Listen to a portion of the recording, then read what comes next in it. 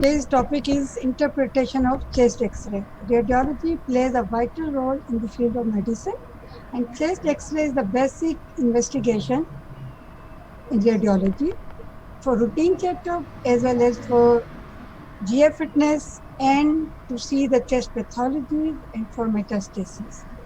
So first brief. So my learning objectives are by the end of this presentation, students should be able to understand the different radiological densities, standard radiographic projections of chest X-rays, normal radiological anatomy of the chest, interpretation of common abnormal chest X-ray findings. So first of all, the overview of differential absorption of X-ray. As you know, the X-ray not only appears black and white, but there are different shades of gray. Why these different shades of gray appear? So it depends on the physical density of the structure, atomic number of the structure, and thickness of the tissue. The structures absorb few X-rays, appears black like air. The structures absorb many X-rays, appears white like bone. So these are the different shades of gray. From radiolucent air, that is black in appearance, few rays are absorbed, then fade little bit lighter than air, and then come across, there is few more absorption, and then more absorption, it becomes white, radio opaque, or bone, and metals are very bright in appearance. So because of the difference in densities, you see different shades of gray on X-ray.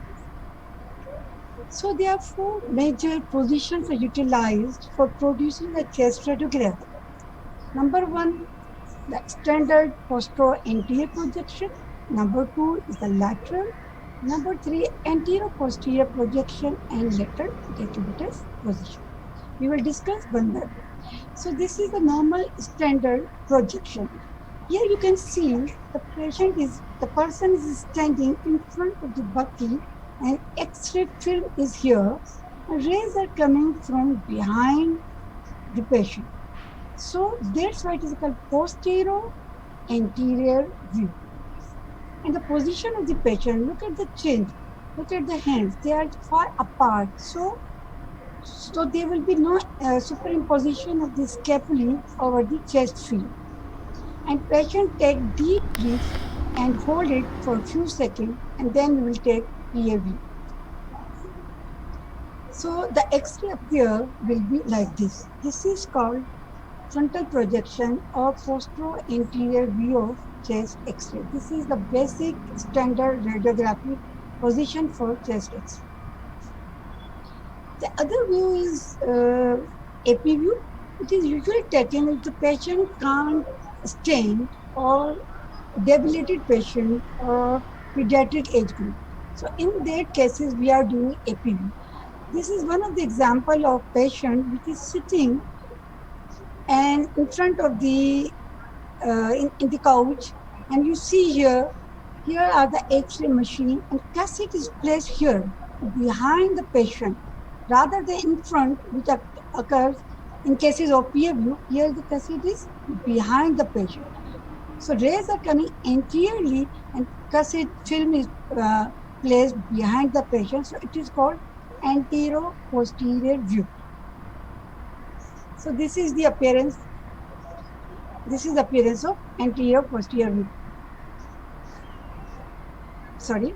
So this is the anterior-posterior. So look at this. There is some little bit difference between the appearance of ribs. Okay. So this is anterior-posterior view. We are not generally doing this X-ray, exception in certain conditions, which I described before. In pediatric age group, in debilitated patient who cannot stand, we can do PA view. So the other view is the lateral view. Patient stand at one side. This is the cassette film. जो आम लोग उसको कहते हैं x ray film उसके अंदर होती है, ठीक है, और rays are coming from the other side. इस साइड से रेज आएगी and film is placed at the other side and patient in lateral position. So rays from one side and film at the other side. This is called lateral position. Patient stands upright with the left side of the chest against the film and the arms raised over the head.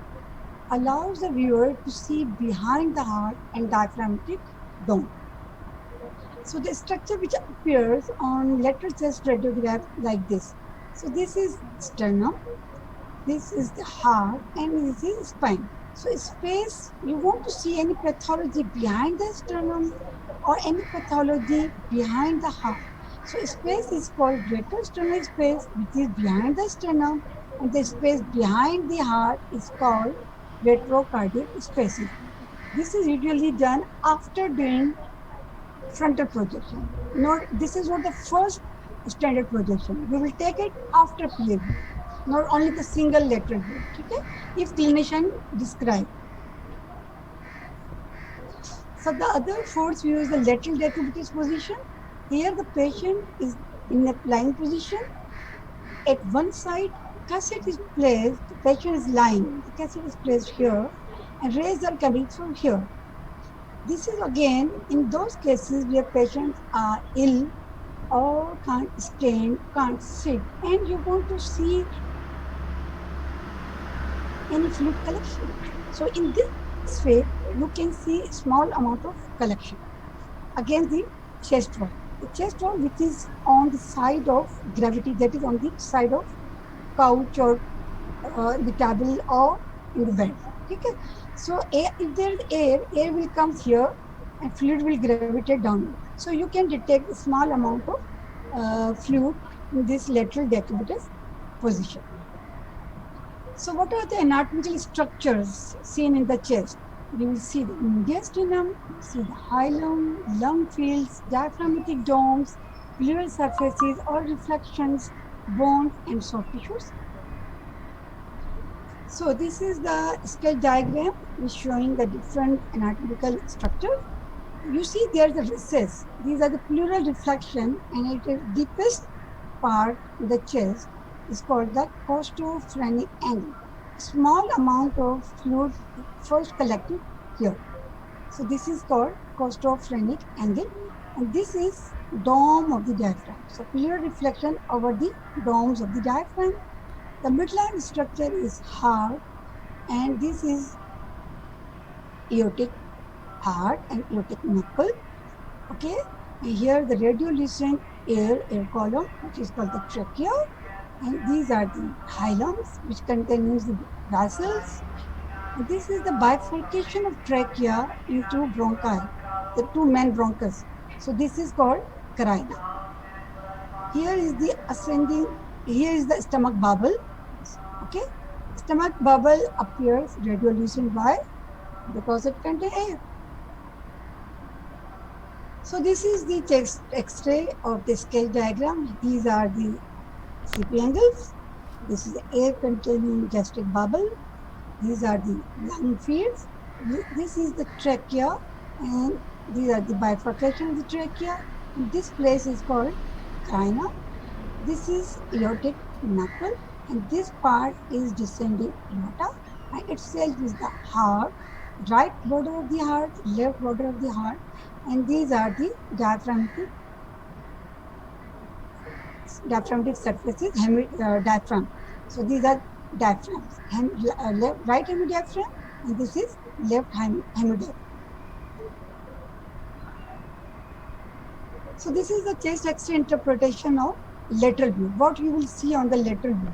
Again, the costophrenic angle, the diaphragms, right or left, the part which is closest to the X-ray film will appear highest place, and the lowest one will be the part away from the film. So if it is the left lateral view, this is the left hemidiaphragm, and this is right hemidiaphragm. And this is the gastric air bubble, heart shadow, ascending aorta, aortic arch, this is the trachea, okay, and this is spine. So this is the frontal projection, and this is the lateral projection. What we have seen two diaphragmatic surfaces, left hemidiaphragm, right hemidiaphragm, right costophrenic angle. This space is the retrocardiac space, and this space is retrosternal space. Why they appear black? Because they are air containing areas. Okay, and this is stern. Here is the midline is the heart, and here is the aortic arch, ascending aorta, aortic arch, and then descending aorta. And this is spine and the posterior element of the spine. So there is a different method. You can interpret the chest X-ray from outside inward. So from soft tissues, then bony framework, lungs and hilum, diaphragm and pleura, mediastinum and heart. The other method is look at the lesion first, okay? So you can go both the way, but you have to choose what systemic way you want to be carried out. So this is the lung fields, and this soft tissue is breast shadows, okay? And these are the ribs. We can count the ribs and clearly like in this way. 1, this is the 2, this is 3, this is 4, 5, 6. Normally, at the anterior projection, 6 we should be indicate there's sufficient deep breathing or sufficient inspiration has been taken. And 8 rib at the lateral axillary wall, and 10th rib from the posterior aspect. So you can count the posterior rib also. So this is the first rib, second, third, fourth, fifth, sixth, 7, 8, 9, 10th rib. So it means this is adequately taken chest X-ray on deep inspiration. So now for the cases, remember be systematic. There are certain signs which are very important. One of the signs is the Selhut sign. The loss of the why it is important, because we have seen there are certain interfaces. There are certain solid organs, certain soft tissue, air containing structure, and bones. So whenever there is loss of interface, the lesion is localized. This sign is called Selhut sign. So the loss of lung soft tissue interface due to presence of fluid in the normally air-filled lung, because all of the lung is filled with air. If air is replaced, the lesion is localized and that interface will be lost. I will show you on X-rays. If an intrathoracic opacity is in an anatomic contact with the border, then the opacity will obscure the border. Commonly seen with the borders of the heart, aorta, chest wall, and diaphragm. So look at this X-ray. Here we can see the left heart border, we can see the aortic meatus, we can see the descending aorta because there is no lesion. But on the right side, you can't see any right heart border. What does it mean? It means there is a loss of interface between the air in the lung and right heart border. That means the lesion is localized in the right middle lobe of the lung. By this sign, we can localize the lesion. And heart border is Selhut. Why Selhut? The air in the alveoli is replaced by fluid. What containing heart? Heart is containing also fluid. So you cannot appreciate right heart border. Okay? What is air bronchogram? A tubular outline of airway made visible due to the filling of the surrounding alveoli by fluid or inflammatory exudate. Air bronchogram means air होगी bronchi में, trachea में होगी, उसके बाद main bronchus में होगी, smaller bronchi में होगी, उसके छोटी ब्रोंकाई में होगी. We can't see it because everywhere is air, but alveoli is replaced. Air is replaced in alveoli acinis by fluid or inflammatory exudate. Then the remaining air will be visible. Okay. So conditions in which air bronchogram are seen are lung consolidation, pulmonary edema, non-obstructive type of pulmonary atelectasis, interstitial lung diseases, neoplasms, and in normal expiration. So what is consolidation? The lung is said to be consolidated when the alveoli and small airway are filled with dense material or fluid. This dense material may consist of pus, so it is the inflammatory condition known as pneumonia. If it is filled with fluid, it will be called pulmonary edema. If it is filled with blood, it will call pulmonary hemorrhage. It will filled by metastatic or cancerous cell, it will be called neoplasm. So in generally, all will be consolidation. So how you will diagnose? Histopathological, or there are certain signs radiological. So this is a case of pneumonic consolidation. Look at here, there is a pacification of right apex and right upper lobe, which is bounded by horizontal fissure. A fissure which lies in the fourth intercostal space on right lung, which divide the upper lobe to the middle lobe. You can see there is some pulling of the fissure rather than being flattened, it appears convex. And you also see there is some air bronchogram. It means other areas are replaced by fluid, pus, or other things. But the remaining structure which containing air is called air bronchogram. And the lesion is pneumonic consolidation in right upper lobe. So lobar pneumonic consolidation. There was history of fever and TLC count was very raised. Atelectasis or collapse of the lung almost associated with the linear increased density due to volume loss. In the consolidation, volume will be maintained. जितना air गया वो replaced by fluid. But here there will be loss of lung volume. Okay? So indirect indications of volume loss include vascular crowding or mediastinal shift towards the side of the collapse. Mediastinal pulling हो. Possible observance of hila, अगर कोई lesion hila से ऊपर होगा तो hila will be elevated, अगर lesion hila से नीचे होगा लोअर जोन्स में होगा तो hila will be depressed. So it again indicates where is the lesion. So look at this example. Here you see there is the opacification of the left lung, and heart can't be seen in its normal position. It means it is displaced. Trachea is not in normal position, it is displaced. You can see left and right mandible total collapse. You can't see the vascular marking, you can't see any air bronchogram. It means there is total blockage. So what will be the cause in this case? Okay, if you observe, the trachea is coming from here, and here is division of the trachea. This is the right bronchus, which is open, and so it causes aeration of right lung. But on the left side, you see there is cut-off sign. It means there is some lesion which is blocking left main bronchus. So you can't see anything beyond left main bronchus. So there is no aeration, no lung marking, and collapse of the lung with mediastinal shift, pulling of the lung, pulling of the mediastinal structure, or shifting of the mediastinal structure towards the left side. So ipsilateral side. So what is pleural effusion? On an upright film, an effusion will cause blunting of lateral costophrenic sulcus, which I have shown you, costophrenic angles or costophrenic sulcus. These are the deepest part in chest X-ray in standing position. If large enough, the posterior costophrenic sulcus are also obliterated. Approximately 200 ml of fluid are needed to detect an effusion in a PA film, while 75 ml, very minimal amount of fluid would be visible in the lateral view.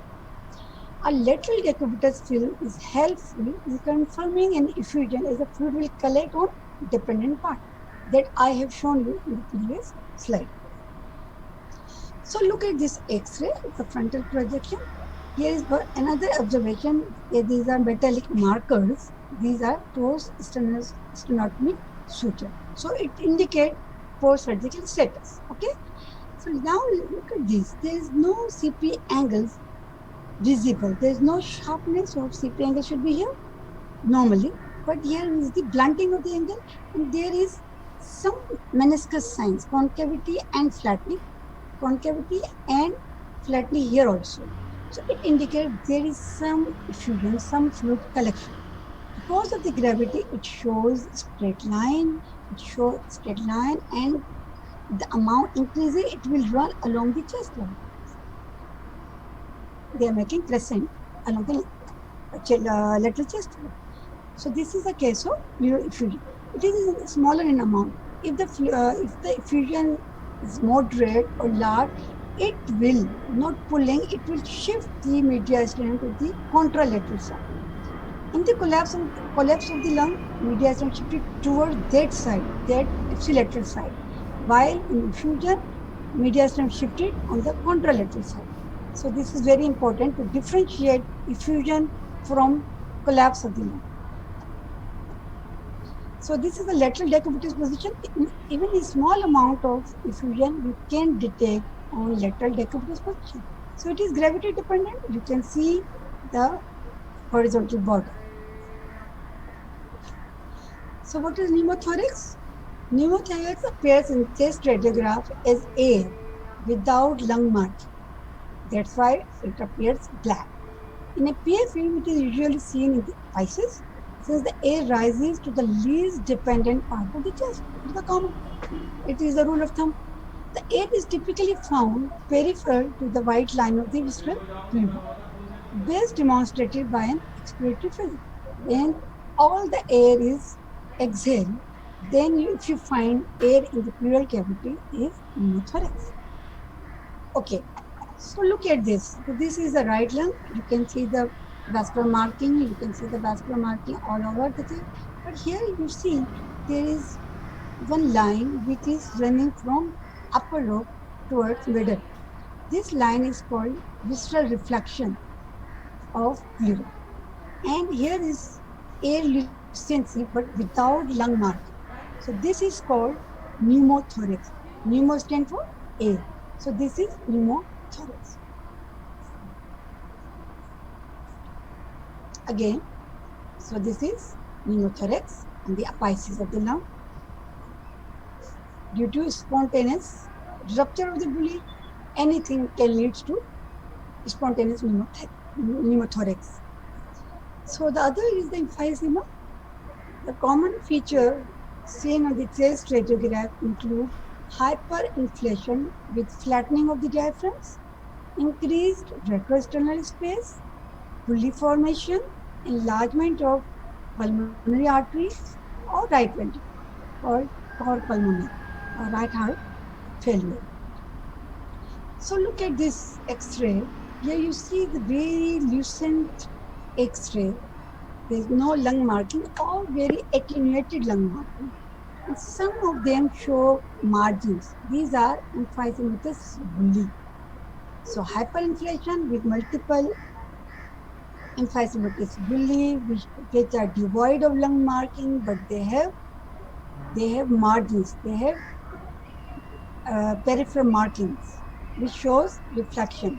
Okay, and there's the flattening and increased intercostal spaces. Again shows hyperinflation and flattening of the diaphragm. Okay, look at this. This is X-ray chest, which showing cavitatory lesion in right upper lobe. It has definite margins. Okay, poorly circumscribed margins. You can see it, and there is a level. Level indicate what? Level indicate cavity, fluid. It means there is some fluid within the cavity. The fluid could be due to inflammatory response, could be an abscess. So finally, it is diagnosed with a case of abscess. This is the abscess cavity with air fluid levels. Air goes up, fluid goes down because of gravity. Lung mass. A lung mass will typically present as a lesion with sharp margins and a homogeneous appearance in contrast to the diffuse appearance of an infiltrate.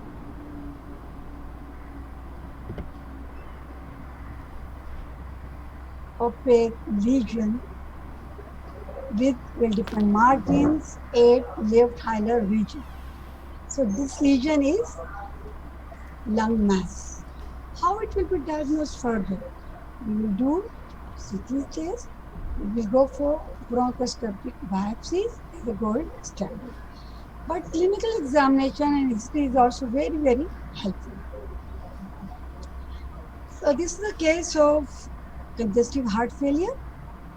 Here, what structure, what thing you feel very much visible to you? The thing which appear first on the glance when you look the X-ray is the heart.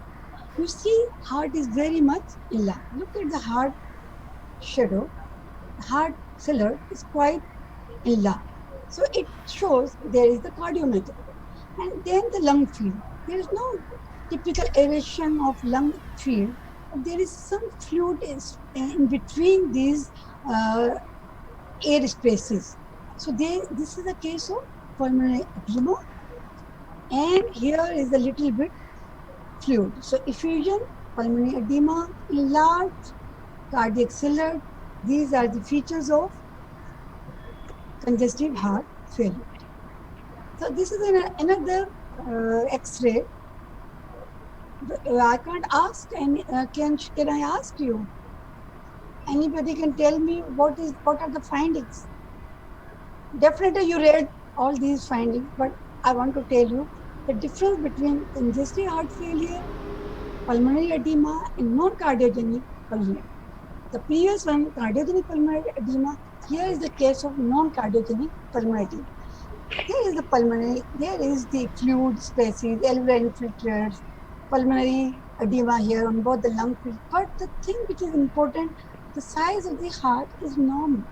It is not enlarged. And there is no effusion. There is no pleural effusion. So by means of this, although the history, the patient's condition, it's a very serious patient with multiple wires. You can see tracheostomy tube is there.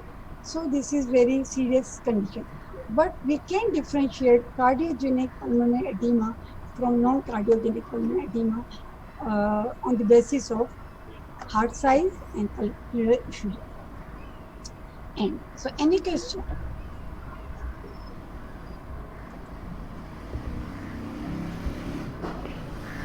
You can type your message. You can, if you want any question, you can unmute your mics